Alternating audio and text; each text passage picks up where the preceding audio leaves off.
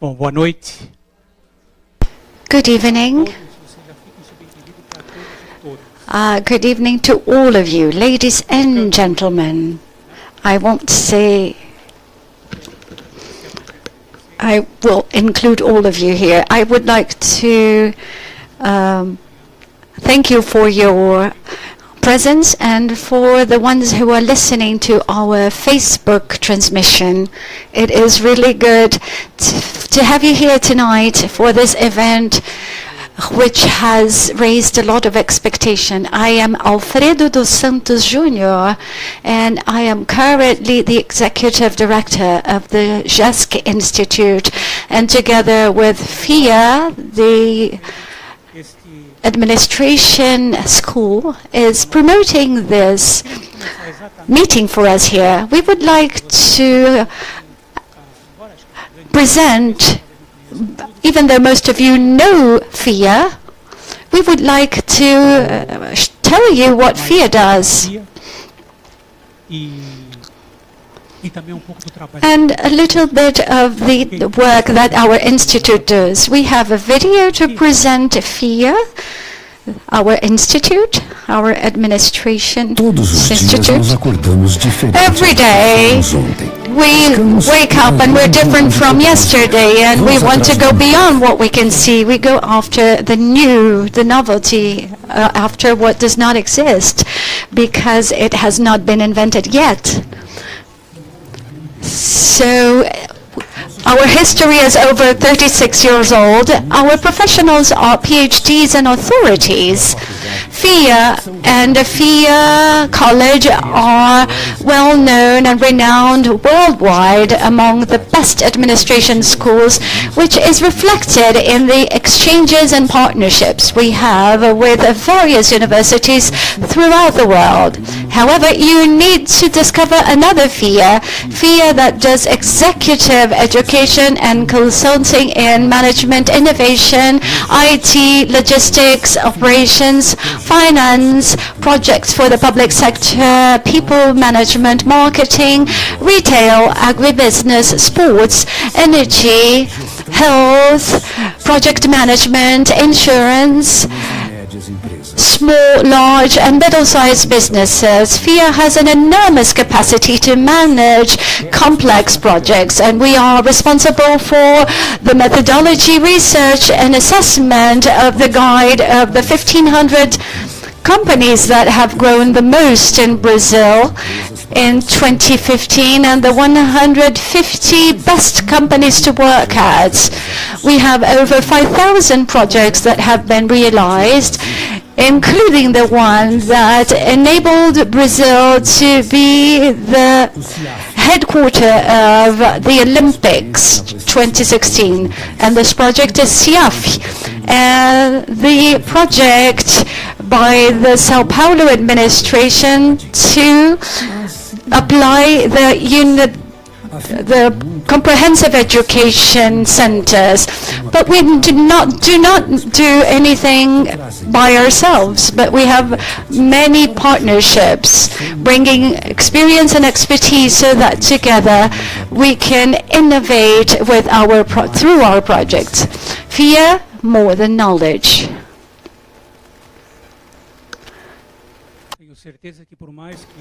I'm sure that even though we know FIA very well, we see that FIA is a lot bigger than we imagine when we watch this video. And IGESC, Instituto GESC, is very proud to be part of this family. It was within FIA where students and alumni of the MBA of our very first MBA course in 1993 and 94 got together to create an association to render services that are there to manage social services for the civil society. At that time, they could not forecast that it would be such a large project. And we created IGESC, the Management for Civil Society Management for Civil Society Projects, and that originated the Instituto GESC, an organization that was born within FIA. It is part of FIA, and our mission is to strengthen civil society, especially through management and work in networks. FIA is our main sponsor, and we are very proud to be part of this complete school, one of the best, maybe the best one in Brazil. It is really a pleasure to be part of that. And both FIA and Instituto GESC are promoting this partnership and these meetings. We've been doing that for 2 years, and we want to have 4 programs each year along the lines of what we're doing today. Our idea is slightly different, but we want to bring you some interesting themes. IGESC with alumni and FIA, and the FIA alumni. Our idea is to promote an opportunity for network and bring interesting subjects, sometimes a little bit outside of the traditional scheme that we deal with in business. Before that, I would like to just give you some messages. First of all, this event is being recorded and aired through the fan page of FIA and GESC through Facebook, and the MSF, by request of MSF, it is being translated into English simultaneously, and Verve language service provider is doing this service for us. I imagine you have had the opportunity to confirm your presence. If you have not done it, please do so. And we also have an assessment sheet. Can you please hand out the answered assessment sheet at the end of our event so that we can plan the next ones? We will divide our session in 3 stages. We will have a presentation, then we will have a Q&A session. So please leave your questions for the end of his presentation. And after that, we will have a cocktail right by this room.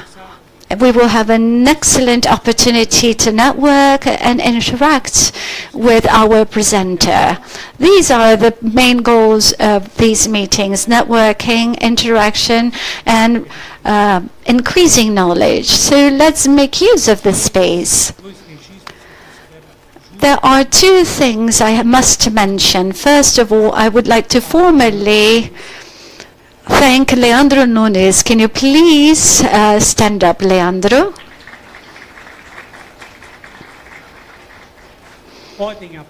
Yes, you can clap, because Leandro is the main responsible for this event. Leandro has the contact. He has had this idea for a while, and he is really persistent. So when he talked to us, he asked us, is GESC interested in it? Of course we're interested in it. We do not want to talk about technical issues alone, but we want to broaden your horizons. So we agreed with Leandro, and he was a real warrior, contacting people from MSF, from Doctors Without Borders, Médicos Sem Fronteiras. And if we are having this opportunity today, then maybe the success or the fault is due to Leandro. So my friend, please keep this entrepreneur spirit in your career. This moves the world. This makes the world go round. When we feel dismayed, you have to say, yes, it does work. And I want to thank Janaína, my assistant, who must be outside working. And together with Leandro, I think the best thing that can happen to someone who works like that, and having people you can say, please do it, they do it, and you do not feel concerned. And last but not least, I will invite you to our next lecture, our next talk presentation on June the 6th. We are going to talk about social control, how civil society can participate, is controlling how the government spends its money. I know the subject is not popular. Just kidding. Of course, it is of utmost importance. And we will have the opportunity to meet one organization that does social control, the Social Observatory of Brazil, Observatório Social do Brasil. I am sure you will enjoy that and you will profit from it. I believe I have not forgotten anything. So, thank you. So let's go on. Let's go forward to our work. Today's meeting wants to show a little bit more of the Doctors Without Borders, or the Médicos Sem Fronteiras, which works in over 170 countries. And what was our request to them? We wanted to have two branches in this presentation. One of them is talking about the MSF. We are interested in listening to their accounts of how they work. But because we are a business school, we wanted a panel about the management of that organization. It must be very complicated, right? Because this organization is present in over 70 countries, and they have to work together with governments, volunteers, and they have to show accounts. We have to talk about logistics. So these are the two main points Luiz Otávio, our speaker, will talk about tonight. He is a manager and administration with a specialization in logistics, and he worked for very important companies in their career. In his career, excuse me. And he's been working for 12 years at MSF. And his professional gaze is unique because on the management and administration work, because he's been working. And another very important thing is that he became a father 20 days ago. And we were thinking, is he coming? Is he not coming? Well, thank God it's his third child, otherwise he would not be here with us. It is really such a pleasure to have you here tonight. So the floor is yours, Luiz.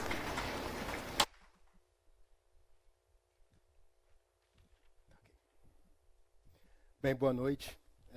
Meu nome é Luiz Otávio. Good evening. I'm Luiz Otávio. I began to work in 1997 at the MSF. I was 22 years old when I began. And within the organization, we call it national staff. It was the second project in Brazil in the Amazon, in the state of Amazonas. The MSF, I will call it by its acronym in French, MSF, which is what we use worldwide. And when I began, I had never heard of them, but I fell in love with their values and principles. And today, many people know it. Many people have heard about it. When I travel and when people see my backpack with the logo, they ask me, are you a member of the Doctors Without Borders? Yes, I say. And they ask me, are you a doctor? No, I'm a manager. So this question is a very common one because it's the greatest goal by the organization, which is carrying access to health where it is not available. So I will talk about MSF, and I will present a panel about how we manage some of the issues. I am going to talk about access, security, and the structure of the organization to try and show you this difference, because the regular or ordinary models, they cannot be applied to the context of MSF. It's not that we do not have rules, but it is very difficult to use the same rules east, west, and in different contexts of religion, politics, etc. So MSF was born in 1971 from another organization after war, and they decided to create an organization, a neutral organization. The neutrality was a principle, impartiality and neutrality, but with another component which we call testimony. We're not just neutral, and it's not just about trying to be neutral, because it is very difficult to be neutral. Personally, it is impossible to do so, but in the name of the organization, you keep your own comments to yourself. But it was important for people to be able to witness in the name of the organization when the situation is too serious. It is one of the reasons why it was awarded the Nobel Prize in 1999, when it took a stand and asked Russia to stop bombing one particular country. Most of you negotiate every day because you are administrators, and you negotiate face to face. But when you go to a microphone and talk, it is because this face-to-face model of negotiation is no longer working. So the inception of the organization was in 1971, with the principle of taking healthcare, being neutral, being independent, and witnessing to the company, to the organization. Together, today we are present in over 70 countries, but we were present in almost 90 countries in the past. Do you think today the world has fewer conflicts or more conflicts in comparison to the World War II? I'm trying to interact with you, but I have a perception, or maybe a feeling, that we have a lot more conflicts.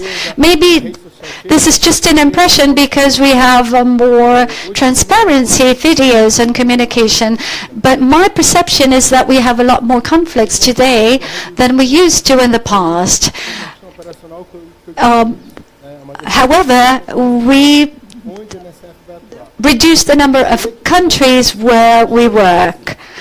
I would like for you to ask your questions based on what I'm saying, because it is very important to take your questions to the MSF, and maybe in the next talk I will be able to answer.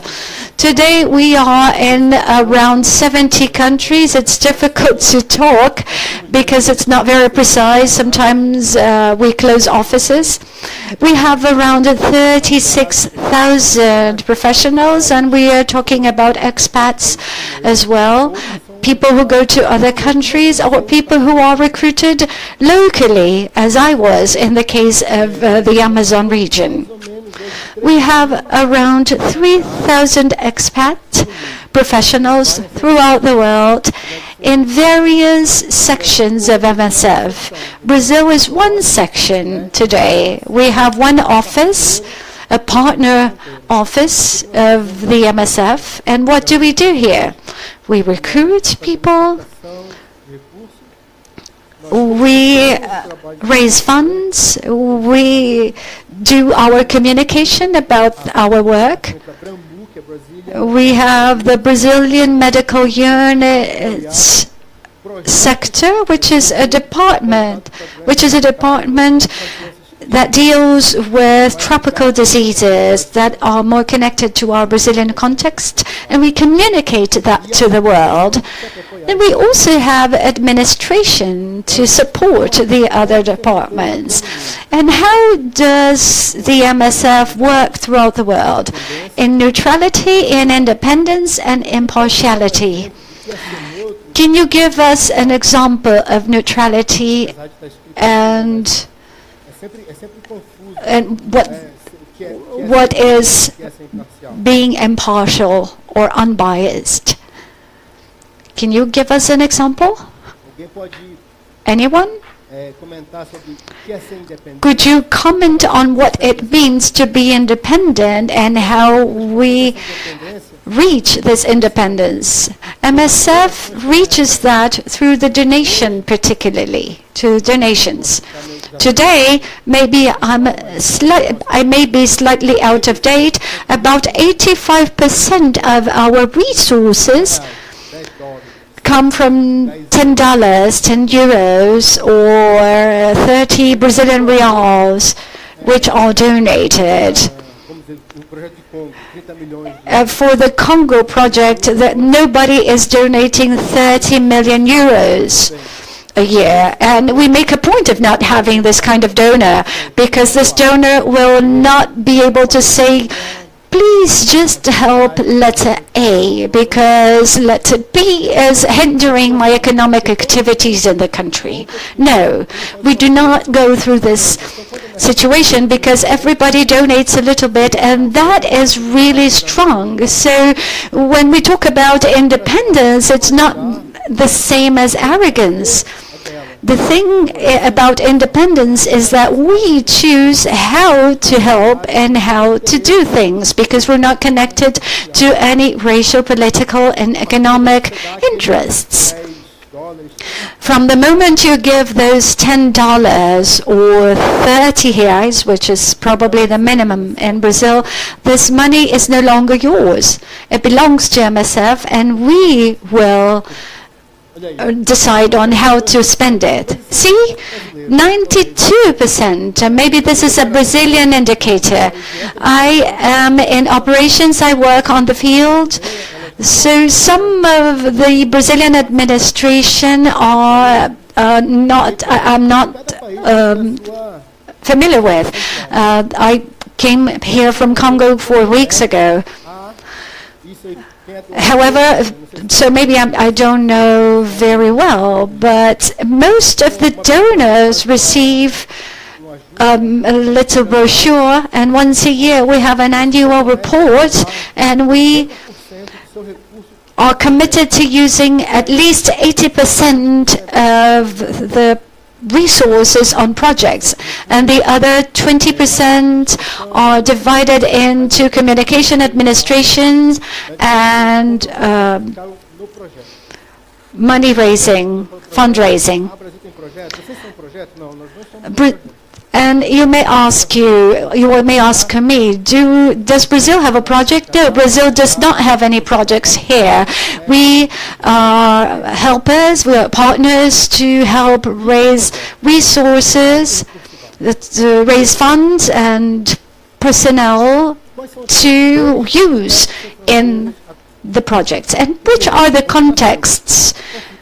First, in the place where the organization originated, such as armed conflicts, such as Colombia, Syria, Iraq, Lebanon, Congo, Sudan.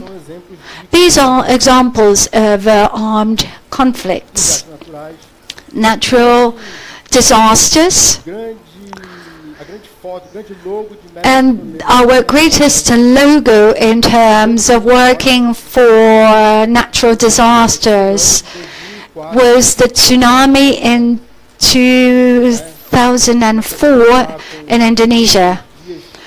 1 or 2 days after that tsunami, MSF arrived in the place, and we were the organization who said, you no longer need to donate money, but we need people to work there in Indonesia. Some other organizations say, well, we still need money, but what the MSF said to the donors was, we no longer need money. This is part of our transparency policy. Some people want to donate because they see images of children who are under malnutrition, or someone who has visited a conflict area, but some people donate for a specific project, and this is possible. In Syria, for example, many donations were destined to Syria. They were especially allocated to Syria. People wanted that. And there are 3 ways to help us. One of them is working for MSF, donating money, and promoting and talking about MSF. Here we have another example, Haiti in 2010. Many people died, and Haiti is not recovered yet. 1 year after the earthquake, there was cholera, and it's still completely devastated, especially because it was after Christmas, 1 day after Christmas. Now, epidemics, it depends on the country. I think in Brazil, our big picture is Ebola. We received many questions. Do you think Ebola will come to Brazil, especially the outbreak? We just had another outbreak which was declared last Thursday in Congo,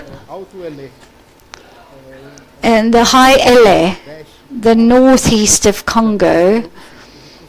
And they have a new outbreak there. We do not know how big this outbreak will be. But for Africa, our greatest contribution is vaccination against the measles. Have you ever had measles? I've never had it. And this is regular to us. It's ordinary. My 3rd child was just born 20 days ago, and taking children to be vaccinated is very difficult in Africa. Not only taking the vaccines to Africa, but also to convince the children to take the children to be vaccinated. It can be very dangerous. We have to convince the armed groups to not kill the children or parents. So this is a big complication. It's routine to us here in Brazil. But we have to think outside the box. It's a completely different context. When they hear about a vaccination, some people think about attacking the people who are going to the vaccination. And cholera was also another reason for MSF to come to Brazil. Brazil had cholera coming from Peru and Colombia, went to the Amazon region, to the northeast of Brazil. And according to our sanitary regions standards, it is a lot more difficult. But I have some pictures of people in Africa drinking water from the floor. There is sewage, and some people. If I drink that water in Africa, I will have something. So cholera is where I have worked the most. I never worked with Ebola, but I worked with cholera. And I've been working a lot with cholera and vaccination. Malnutrition is another front. Malnutrition is not an issue of access. It's many times an issue of a poor region which does not produce food. And you see this stripe, green, yellow and red, and when the child has this entire band that is red, it is very serious malnutrition, and they do not even have the right temperature to be able to be fed. The body does not produce enzymes, it does not have chemical reactions and produce heat. So you have to feed that child with some some kind of peanut butter, and use an electric blanket in order to heat up the body of this child. And what is the pretty thing about that is that in 5 or 6 days you are able to save a child because they gain weight. And what is the difficulty? The difficulty is for parents to take the children to the field, because mothers cannot be with the child. Sometimes the work is being a wife, and if they spend 5 or 6 days with the child at the field, the husband will take another wife. And what I heard was that some women told us, well, I can have another child, but if I lose my husband, I will die. We will both die. So they prefer to lose a child than to lose a husband. That's their job, so to speak. Here is another context. MSF could be in Brazil because we do have problems in some regions. However, our resources are very limited, and our operations director has to choose, and we usually work where there is no health care available, or when it is really, really precarious, when it is available, meaning they have no doctors. They do not have a place where children can be vaccinated. They have no infrastructure. At the cocktail, I can show you on my cell phone, for example, surgical bed, which is completely rusted. And I put myself in the patient's shoes. If I was operated there, I would die. My body does not have structure to take that. Their lives are really, really tough. So continuous armed conflicts, especially the ones that create displacement of people, especially in my region, the Amazon, we are having many people coming from Venezuela. In Haiti, we also, due to the cholera outbreak in 2012, that happens a lot. We have that in Congo, Iraq, Chad, Burundi, Turkey, Syria, Lebanon. And we need availability of resources to go to the structure, the health structure that is existing, especially in Mozambique and Malawi. Imagine an HIV patient, a serious HIV patient needing to walk for 10 or 15 kilometers. To us, it's usually 3 hours walk in order to reach the health center, take the medication, and go back home. So in 2010, 2011, we realized that, and we facilitated the distribution of medication. And today, we can even distribute that with drones. That's still a project. We are still thinking about it and trying to elaborate on this project. We also perform surgeries, vaccinations, primary care, secondary care, surgeries, mother and child health, and serving sexual abuse victims, both psychologically and physically. We work with malaria, tuberculosis. TB is one of MSF's greatest challenges, because there is a very serious trend of TB which does not respond to the treatment. Measles, especially in Africa due to lack of vaccination, dehydration, diarrhea, and meningitis, especially in Africa due to lack of vaccination. And this is the medical aspect of our situation. But we also have infrastructure work, activities related to water provision. I will give you an example in the case of cholera. It is very common for people in the cholera cases that they drink water from a water spring, from a water strand. And ideally, they would have to boil the water, but it's difficult to convince people. This is not our main work,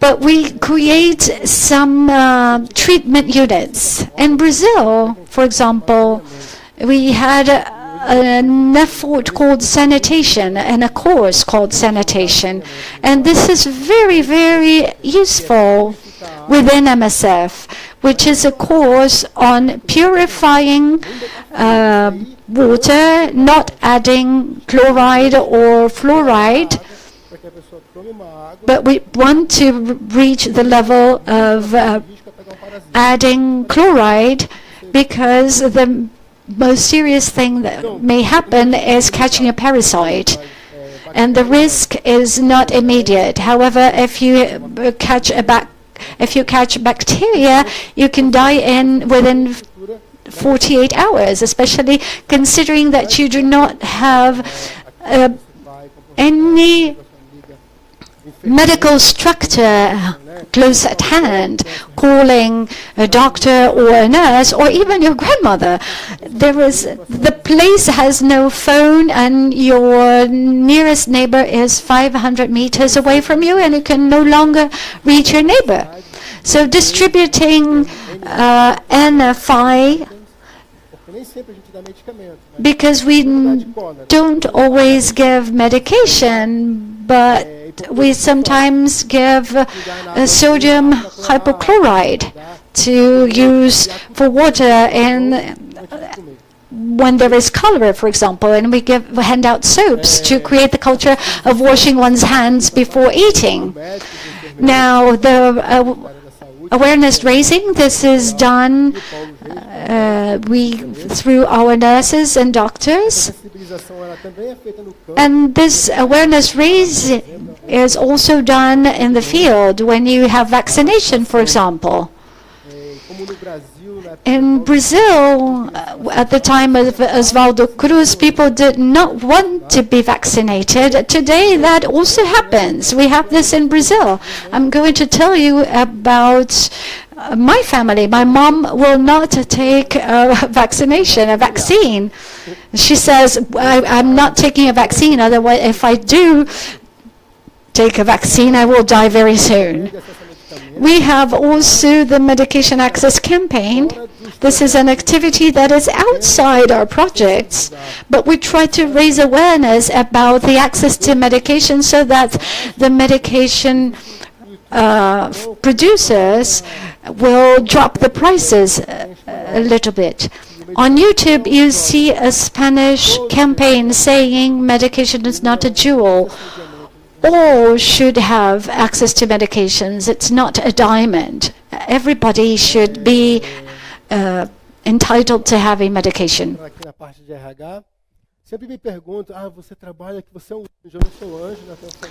When people ask me about where I work and how I work, I say that all of the volunteer work by MSF is paid. We call it volunteer work because it is not mandatory, but you get money for it. The difference is that you work by contract. You start on a day and you finish on another day, and you have your contract has a date to be finished. And theoretically, you can finish one project and go to another project. I usually come back from a project And after a month and a half, I go to another project, and they are all paid. And what kind of professionals do we need today? Surgeons, anesthetists, and gynecologists. And we call it GESC, gynecologists, anestheticists, and surgeons. But we also have doctors, pediatricians, epidemiologists, nurses, obstetrical nurses, pharmacists, biomedics, laboratory staff, logistics, physical therapy, administrators, psychologists, and psychiatrists. Today I'm going to talk about logistics because we have 10 branches in logistics at MSF. When we talk about logistics, I usually imagine that people talk about stocking, transportation, and distribution. Usually this is synonymous of logistics. At MSF, we talk about infrastructure, technology, and water, because we go to a place where there's nothing. And before we stock, we need to know how to reach the place. And before we start, I want to show you a video.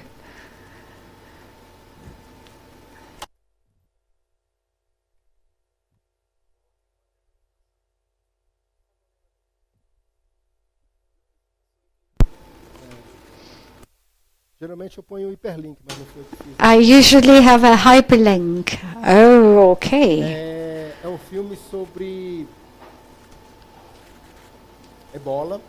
This is a film about Ebola. This is an Ebola field. Sierra Leone, Guinea, Liberia. Other crises were also caused our staff to reach their limits. That's in Central Africa, South Sudan,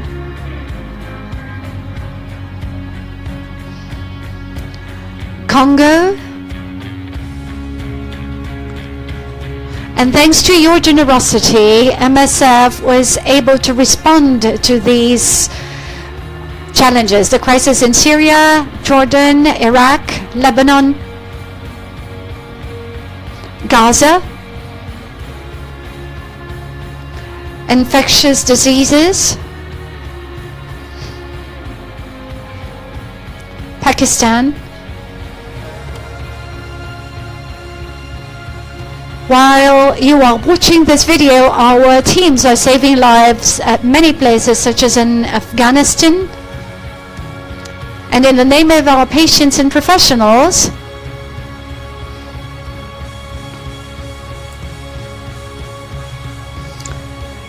we say thank you very much. We count on you.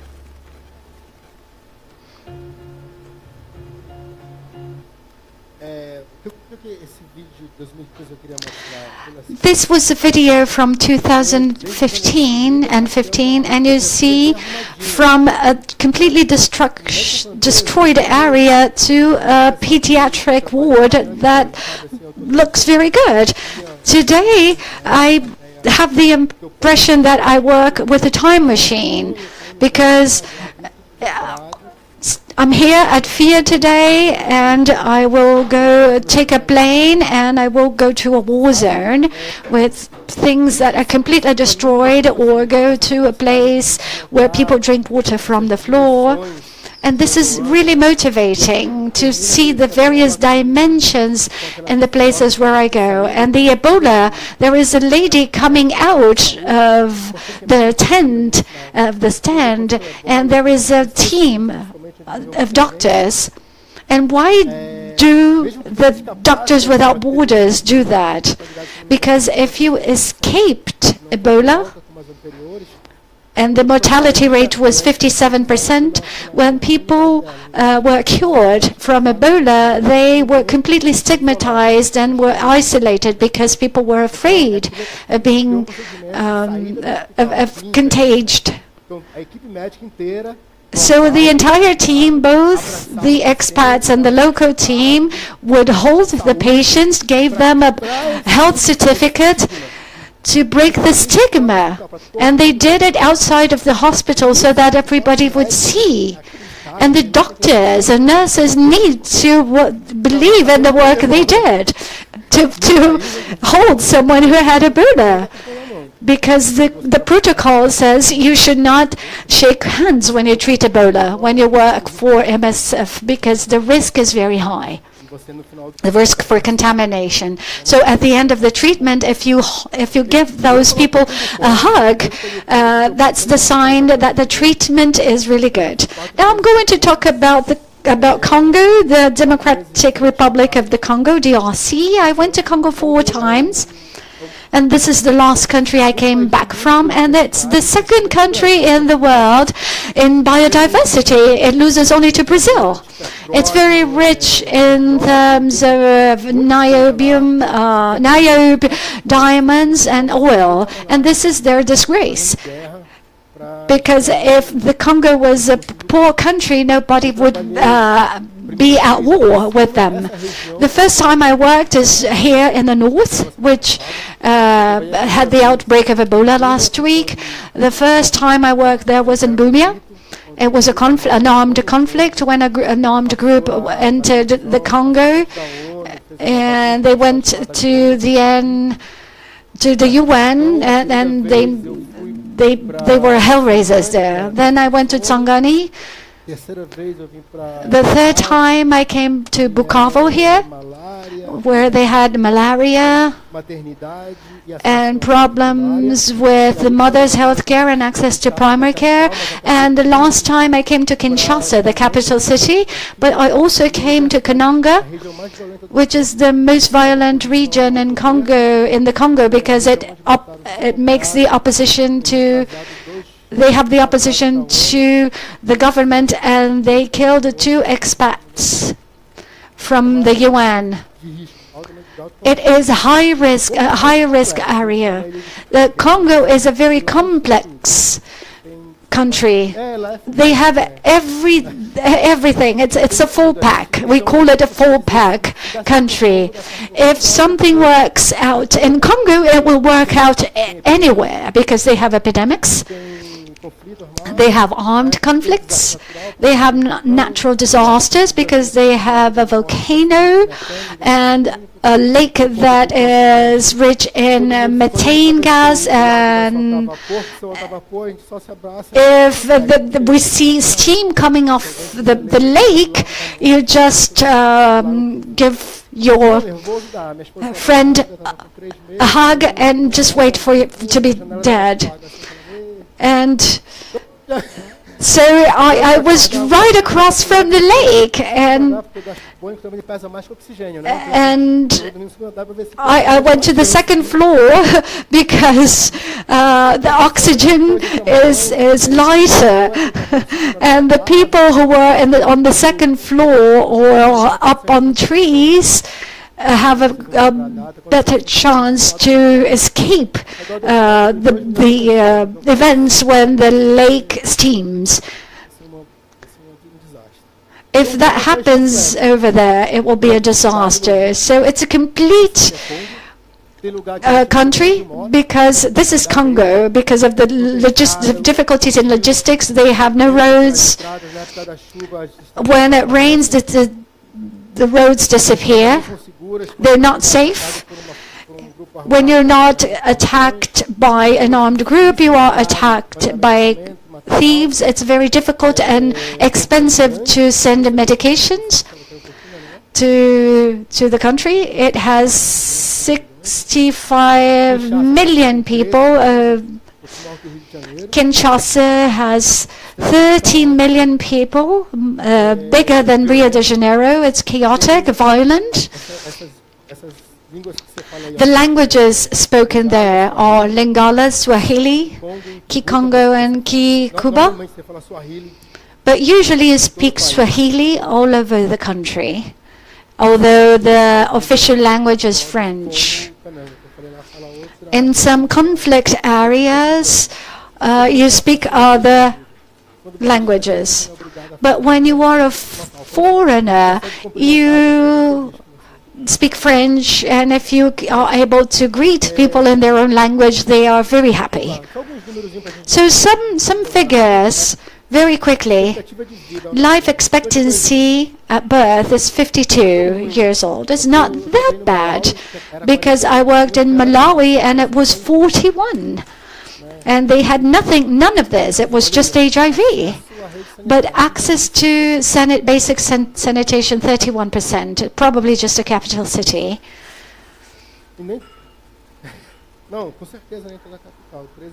Not the entire city. Yeah, you're right.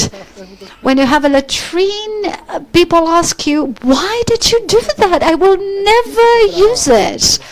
It is very difficult to change culture.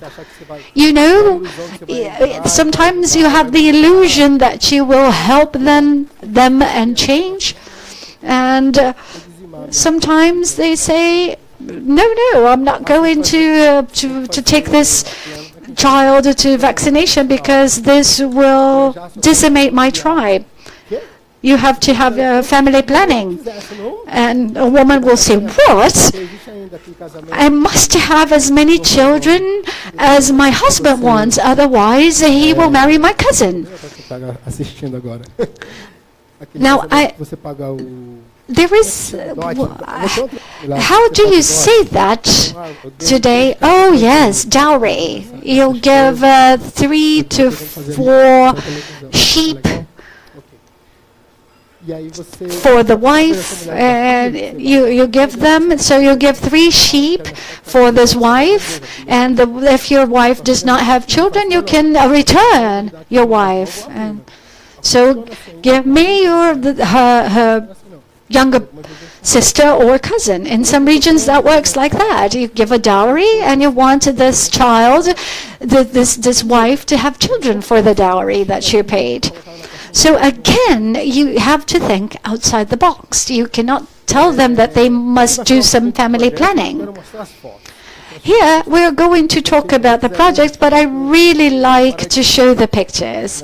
I'm not reading the slides. I think the best thing is showing the pictures. This is a healthcare center. Look at the walls. This is operating room within a tent. That's how we begin. We begin with the tent. We sanitize the tent. We have a generator, solar panel, etc. And you have to build this up in 2 days. Otherwise, the doctors will say, what are we doing here? So that they can start operating on people. Then they start their work. This is a labor room. People, if you think this is ugly, this is a 5-star hospital in the Congo. It's really clean. You see the wall. There is a bed. This is really beautiful for the Congo in terms of logistics. This is another tent for awareness raising. Notice that there are no chairs because this is their culture. We try to respect their local culture. They do not sit on chairs. This is triage for malnutrition. This is the scales to check on the weight. And this is, it is okay for the child to be dirty. Hey. This is Raquel Suedo from Sao Paulo, Brazil, a pediatrician. She worked on Ebola, projects on Ebola. And this is probably Kenya. This is not from the Congo. Anyway, we try, and I use the word try not due to lack of resources, because sometimes you are able to have a structure in a conflict area. However, we feel there is a lack of respect for humanitarian work. You know, in Afghanistan we had bombs. Yemen, I'm sorry. It was Yemen, not Saudi Arabia. And Yemen, Afghanistan, we had healthcare centers attacked. The law has been there for 60 years, that even though you're in a war area, you do not attack them. You do not attack healthcare facilities, but people are not respecting it. Maybe this is the reason for the general lack, one of the causes for the conflicts is lack of respect.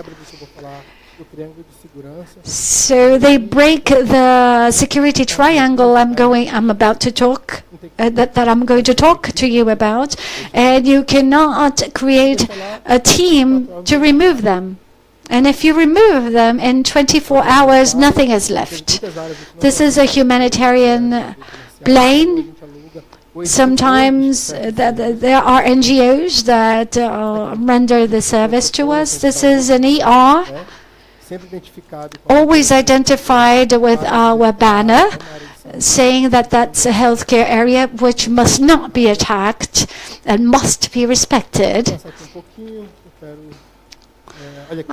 Here, this is a really high-level operating room. It's really good for healthcare over there. We also work with,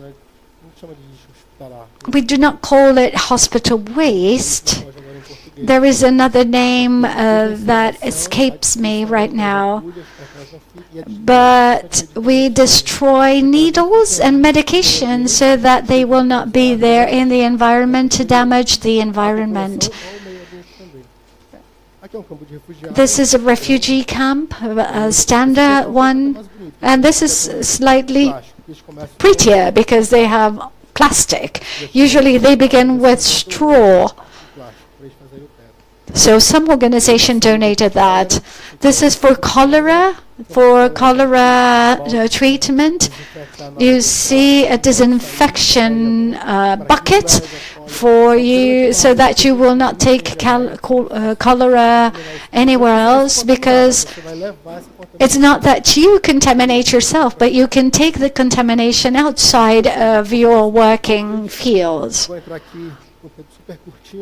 I have a very short time, so let me talk about logistics. How do we try to work? We try to give an effective response between 48 and 72 hours at the place when there is a natural disaster. When it's in the case of epidemics, it's slightly different. And you monitor, you have a medical team. Usually at emergencies, such as earthquakes and tsunamis, then we try to respond within 48 and 72 hours. The logistics take care of the supply chain, transportation, power, because those places have no power. Communications, many places, even though there are cell phones all over the world, we still use the radio a lot. We have security management, and we have a cold supply chain, especially for vaccination, and that makes it a lot more expensive because we need freezers, generators, diesel, and we also run the risk of losing those vaccines because the generator is new and it's an area where they no longer have technical resources. They have no customer support in the middle of Sudan. So we lose materials sometimes. We have construction, we call it log construction, in order to build a structure decently. So logistics oversee all of this. Is there one person overseeing this? No. So each person needs to overlook his or her area. So 70% of my time is used for HR and 30% is technical work. Do you have any similar problems here? Well, yeah, you do, I know. How do we work? How does MSF work? vocês vão ver um layout muito parecido com o que tem nas empresas. You'll see a layout that is very similar to that of companies. We have an operations director, we have cells, we call them cells, Que vão dar apoio from departments that will support the project coordination, which is on this level, and they will support cada país tem 3 a 4 the field coordinator. Each country has 3 to 4 and the maximum 5 projects. One coordination, 5 projects. Each cell has 4 countries to manage, and this is the way MSF organizes itself. And this is in a hierarchical line, and you have to render accounts of your activities, and you have the red line, which is technical support. Sometimes your hierarchical superior cannot support you technically, so they will send someone who had been there before and support you technically, but this person is not your superior. It's just a technical support. It is an internal consultant. How do we organize the project decision? I showed you the hierarchy and the technical support, and this is the decision-making process to begin a project. Then it's inverted. So the board, the general director, etc., and the decision makers are the projects.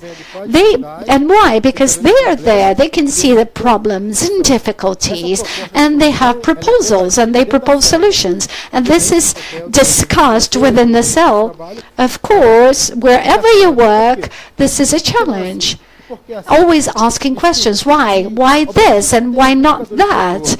And we do not have return indicators. It is really, really difficult to have an ROI in terms of life. You know, just go. It's really difficult to measure life in that sense. But the proposal comes from the field, not from the top. It's very grassroots, and they're submitted to the coordination. Once the proposal is accepted, then the top will gather the resources. And you go back to the previous slide, and you have to follow up on what you gave the people on the grassroots level. So it's slightly different from traditional companies. So how does it work? We have a context of crisis. We have colors in the past, but now we no longer have colors here on the slide. We have the needs and the size of the problem of the crisis, and in order to have a solution, you need a response that is the size of the need. But it never happens. It happens in the center, in the intersection, in the very small part of the problem. We're not there to solve the problem of war. We're not there to end the war. We are just taking care of the people who have been wounded in a war. It's not our role to end the war and to get the parties to talk. So we see it's just an intersection between the part of the context of the problem and of the solution. This is classic. If you're a project manager, you know this. I'm not going to waste my time on this. The problem, if the problem is solved, we leave the area. If it is not solved, we reassess and make another proposal. So, but this is very familiar. I'm sure you have seen this many, many times. Maybe this will go over my time, but please watch the video. It is in English, and it's only 6 minutes, and it talks about the problems to go to conflict areas and negotiate. In all armed conflicts, it is civilians, men, women and children, who are the main victims. Forced to bear the unbearable consequences of violence, they flee their homes, are shot at, bombed, maimed, raped, tortured and killed. If infrastructure and healthcare services then collapse, their chances of survival are even more drastically reduced. This is the moment when humanitarian aid is most vital. Yet reaching the victims of conflict is a difficult and dangerous endeavor in which humanitarian organizations take enormous risks to alleviate suffering and to save lives.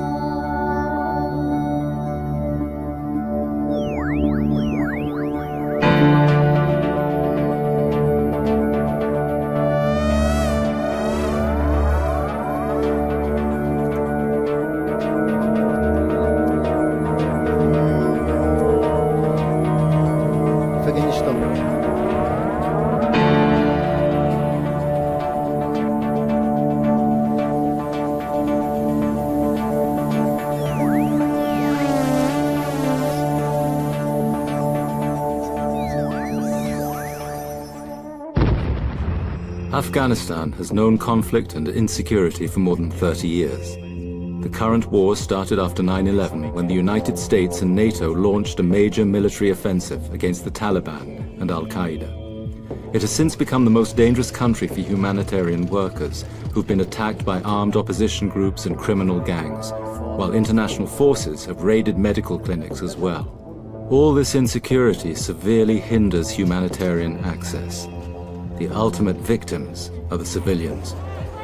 Every single day we see people having to make very tough choices between the different sides. They will receive a night visit from an opposition group. The next day they will have to account towards the official Afghan forces, or have to give explanations to international forces. The civilians are really there caught up in this incredibly difficult circumstance. The conflict is one which is particularly strong in rural areas. Primary healthcare clinics, also secondary healthcare structures are challenged. Staff do not feel safe to go and work in structures.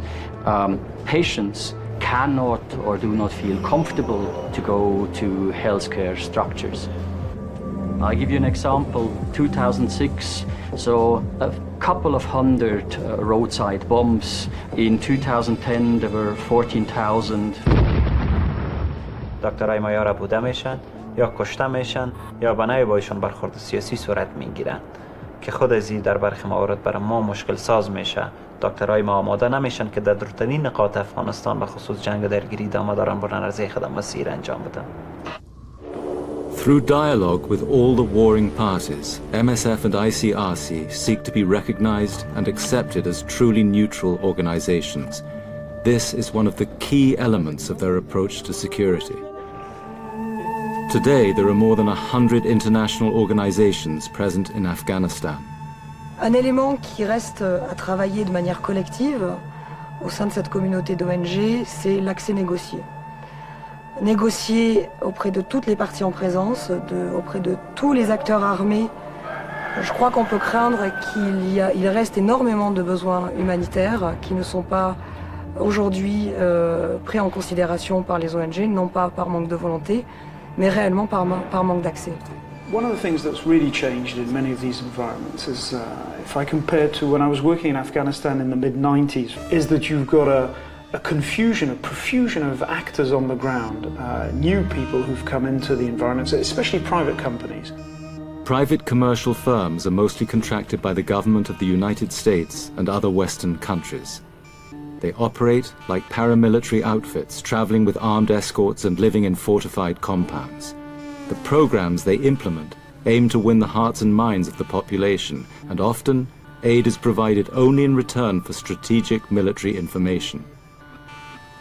The risk for aid agencies has increased because of this risk of confusion, because of a risk of confusion between private security companies and private companies and aid agencies. As we saw in Afghanistan in certain cases, the collaboration of people, Afghans in different villages, where the army said, in exchange for information on our enemy and his whereabouts, you will receive humanitarian assistance. So where humanitarian assistance becomes part of the counterinsurgency strategy, that makes the work of humanitarians very dangerous because it associates it with political and military strategies. That's where we see an absolute red line.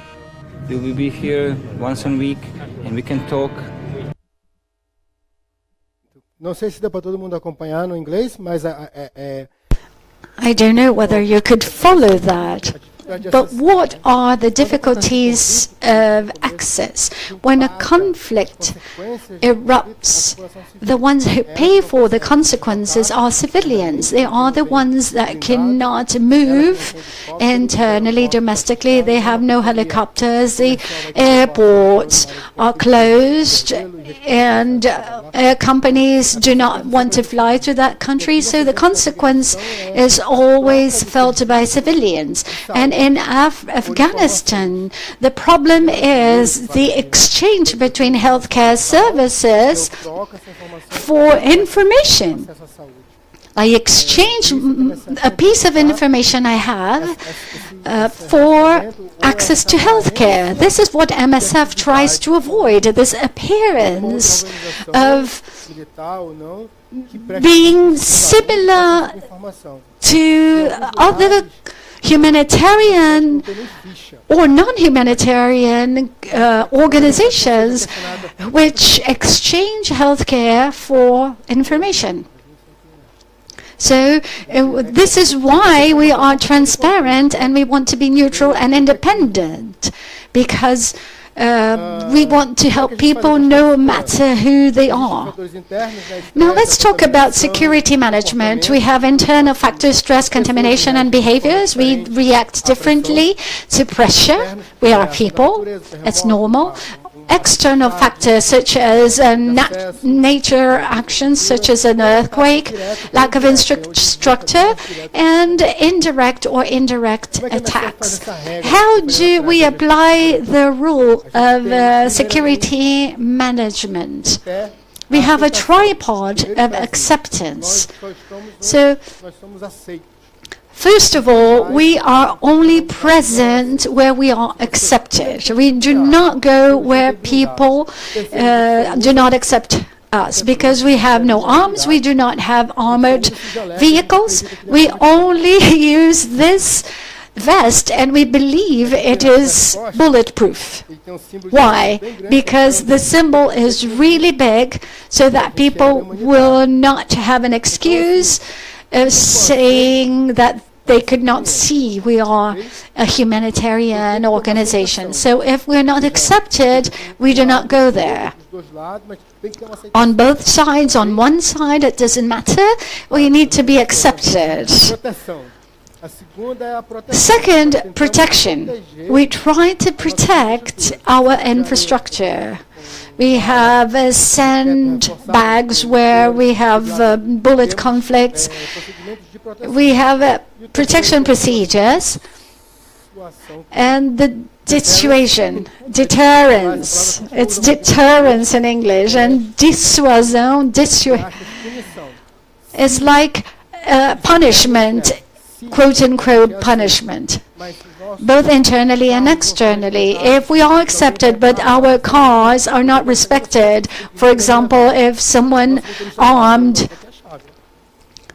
goes to the car and say something like, you have to take me somewhere, you know, that our driver will just give the keys to the person. But sometimes they can shoot the team or the driver. So this is a tripod, a security tripod. I'm so sorry that my time is almost up. And we have a behavioral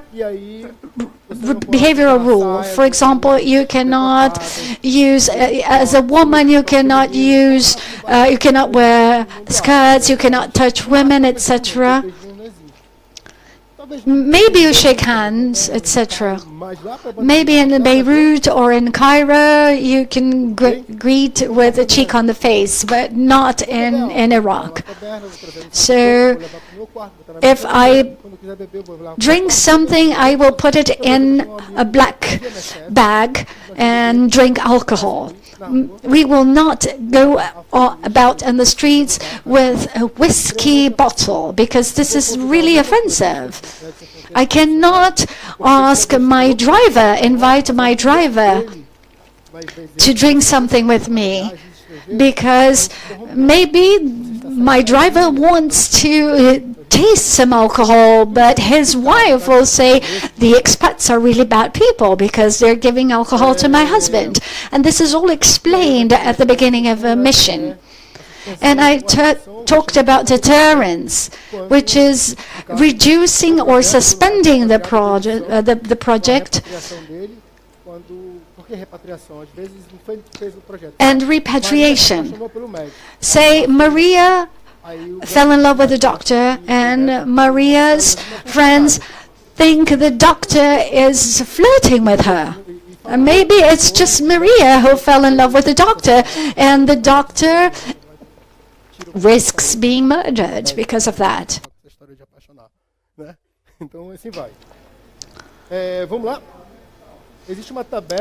So there is a chart here. It's just a procedure. It's not It's not a single procedure. It's only one of the procedures whereby we try to assess the risk and the impact of the risk on the project. And we have this chart of probabilities and impact, very similar to the one that you see in administration. If this risk happens, what is the impact?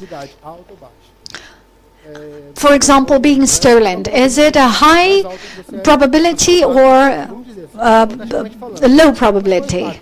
And what is the impact to the project? For example, if a group is attacked, if they want our cars, for example, because in one of the countries where our cars were coveted, and people wanted to use our cars to put machine guns in them. So the risk is high and the impact is really high too. So we try to imagine all of the possible scenarios in order to find the answers, the responses, in order to manage our risks. What are the difficulties in Iraq, for example? We never thought that ISIS would enter Iraq, but it did happen. And that created lots of difficulties we were not planning, and this is dynamic. We can review all of these strategies at any moment. And how do we relate? When I mentioned alcohol, for example, in Brazil, alcohol is a very social symbol. And there is a context, a religion, maturity context, social values, personal values, etc. And this petal goes to the button of this rose, and we try to interact within the intersection with respect, understanding. If you cannot eat during Ramadan, I will not eat in front of my employee, for example. I can eat it at home, or I can eat it far from my employee, etc. I will not disrespect them culturally. I don't need to do that in order to say that I'm not a Muslim. So there is an intersection here. You do not need to change your values. You do not need to be favor to Ramadan. You just need to respect it.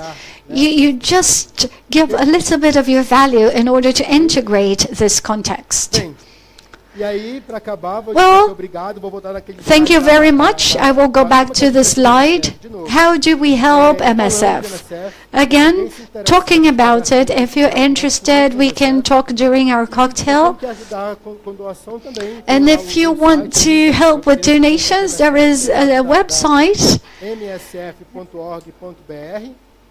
In Brazil, we have msf.org.br, and you can access the website. And now we will finish our presentation, and we will have a Q&A session. Thank you.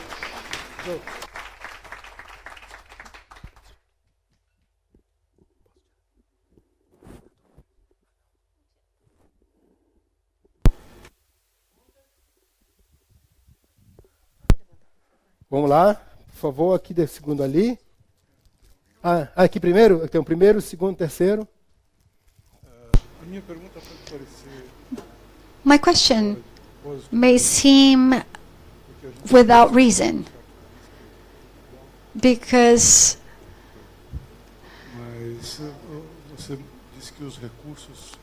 you said resources are from private donors.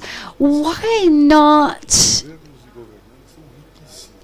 Some countries have really, in some of these countries, the members of the government are really wealthy, but the population is extremely poor. Well, first of all, because the governments, they create their arm, they're humanitarians, and they have NGOs. Which makes no sense, because they're governmental NGOs. If they're non-governmental, they should not be governmental, but they exist, for example. So MSF does not work like this, because our organization believes we do not want to be attached to a donor who will say, oh, I do not want to help letter B, I want to help letter A, because it goes against the neutrality principle. MSF is neutral. It is not there to help A or B, but to take health care to people regardless of their side, their color, and political affiliation. And if we accept these donations, we will put that at risk. Once, of course, I will never mention the names of people, but once someone wanted to donate about $5 million. It came from Switzerland.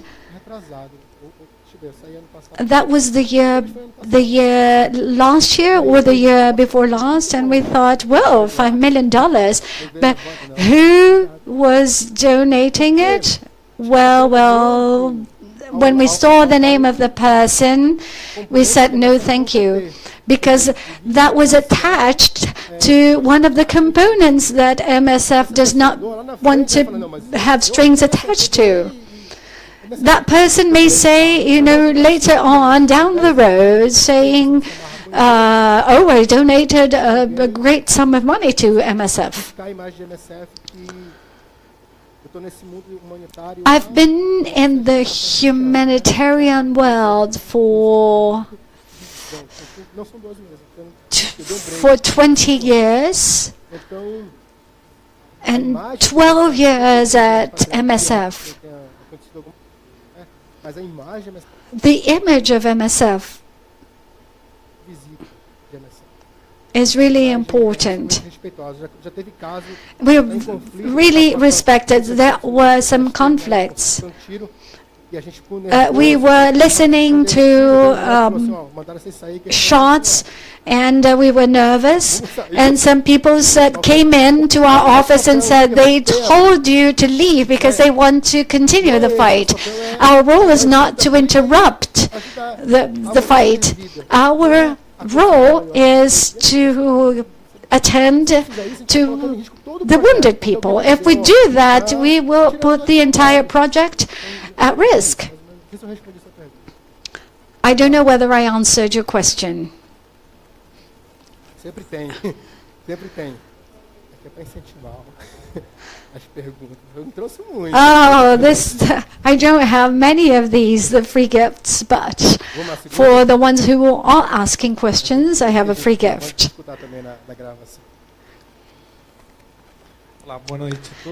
Good evening. Very good presentation. Congratulations. It's really clear. Within the work you perform in many places and looking at the acceptance triangle, the deterrence, acceptance, etc., do you have help from other international organisms in order to access some particular places and in order to have material or human support? Well, not during negotiation. At negotiation, it's just MSF. I am a project coordinator. I'm the head of a mission, and I have a diplomatic role. And we do not count on anyone from outside. If I'm going to a conflict area. In some emergencies, though, Malawi 2015, for example, there was a flood that changed the course of a river and drowned Malawi. There was cholera, many people who were dead, etc. And UNICEF was there. So we asked UNICEF, can I place my cholera kits, my materials, etc. in your planes? And they say yes. So at that moment we can go together. But in the Congo we cannot do that because we are part of the armed groups, and if I go with the UN, they will say, the UN is part of the blue helmets and they're not on our side. Didn't they say they were neutral? The UN is not neutral in this case. So, to give you two examples.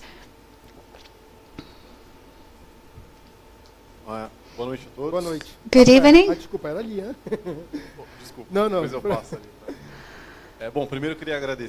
Well, first of all, thank you for a really good presentation. I am deeply moved every time I see the adverts, and I always cry a lot. I've been helping MSF since 2004, and I was looking forward to your presentation tonight. My question is, who is the professional, who's the first contact, the first person to arrive in a country and negotiate with a dictator, with a murderer? And I always think about that movie with Nicolas Cage where he negotiates with the guy from Libya and the guy is really a terrible criminal. Well, usually in the cell we have people who have no defined position. They may be doctors, administrators, communication team, but they have some knowledge of that situation or a relationship in that place, and they establish the first contact. I will try to use a new example. Ecuador last year. I'm not going to talk about Venezuela because we are undergoing that. Oh, but you talked about conflicts. I'm sorry. I was talking about an earthquake. So, no Venezuela. I can't talk about Venezuela, although I really want to. Let me think about another armed conflict. Let's see. Well, hypothetically, there is a protocol. So this access is negotiated by the people in the cell who are the heads of mission, and they brief the next head of mission. It's never, the first contact is never with the president of the country or the dictator. Never. Sometimes you talk to a secretary.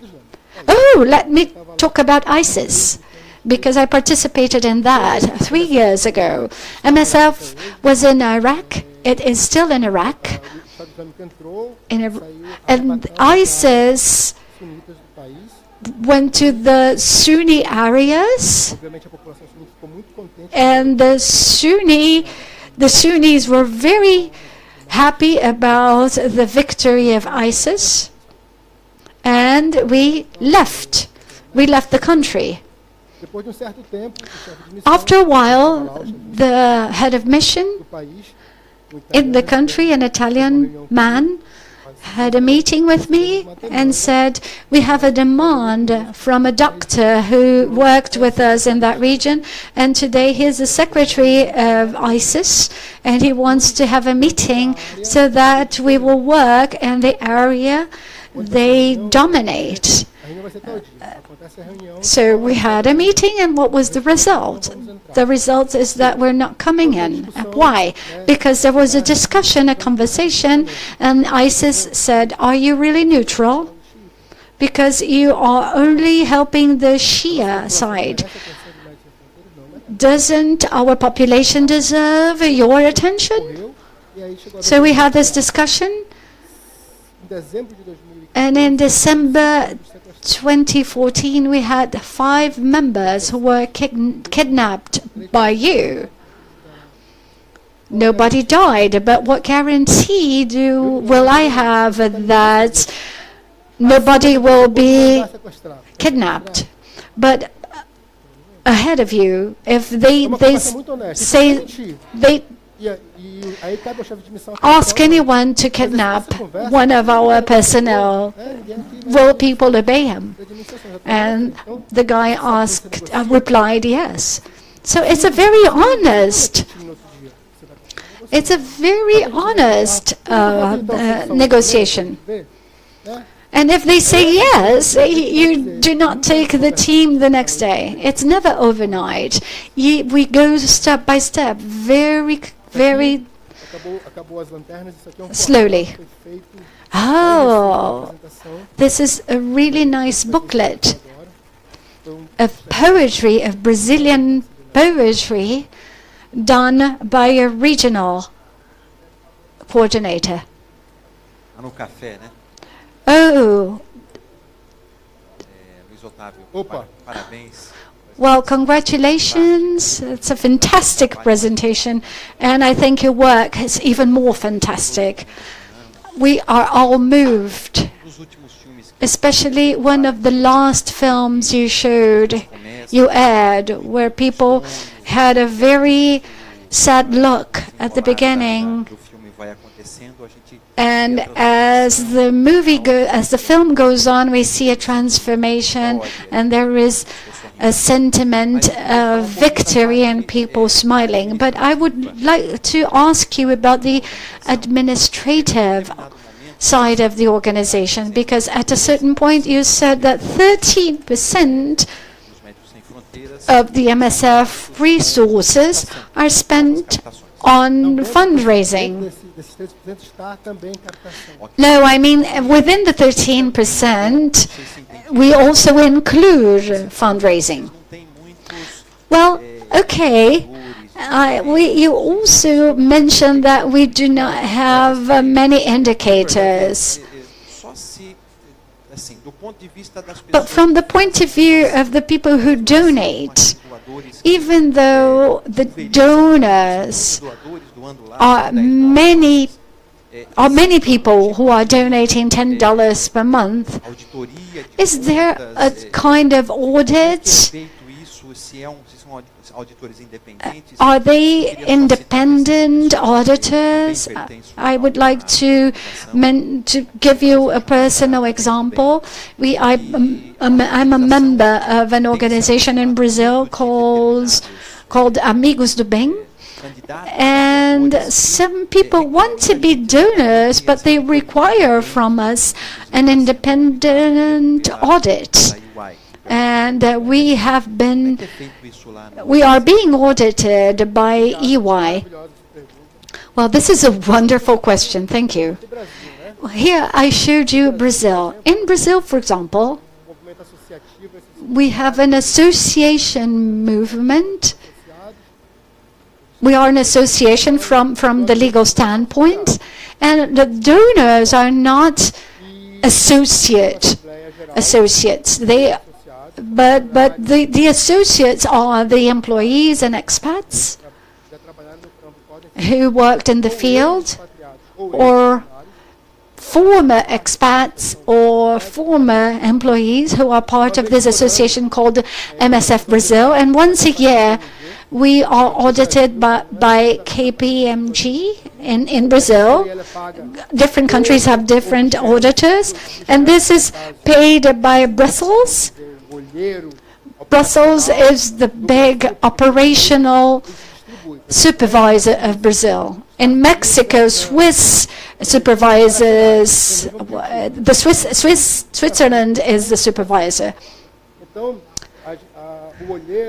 So the section that supervises this partner office pays for an independent audit company, and our officers are audited, and they have different focuses: compliance, this and that. And we have a report which is presented before the general meeting, so that all of the associated members can question the report and have a good idea of what is going on. Every year, a booklet for you. Well, our time is up, at least formally. So thank you very much. So first of all, thank you, Luiz, for coming here, for your presence. It was really good. I think we all enjoyed it a lot. And certainly we will have other opportunities to talk to you in other moments. And we would like to thank for the technical support to the team. Things work thanks to the things that are not shown here. And last but not least, a message. When you showed a slide, I remembered a poem by John Donne.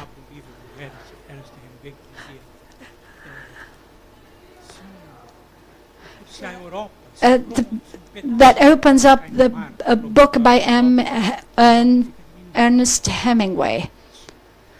And the poem says, if part of Europe falls in the sea,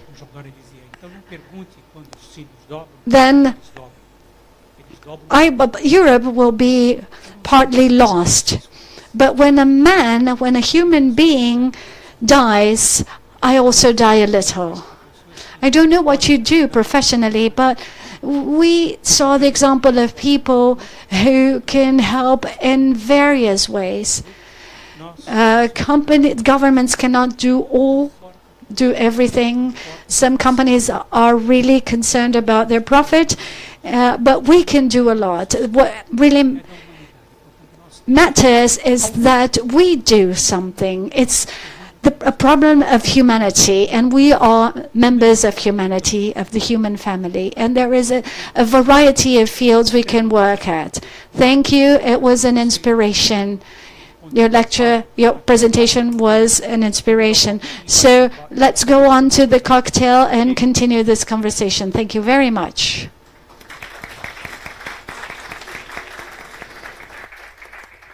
I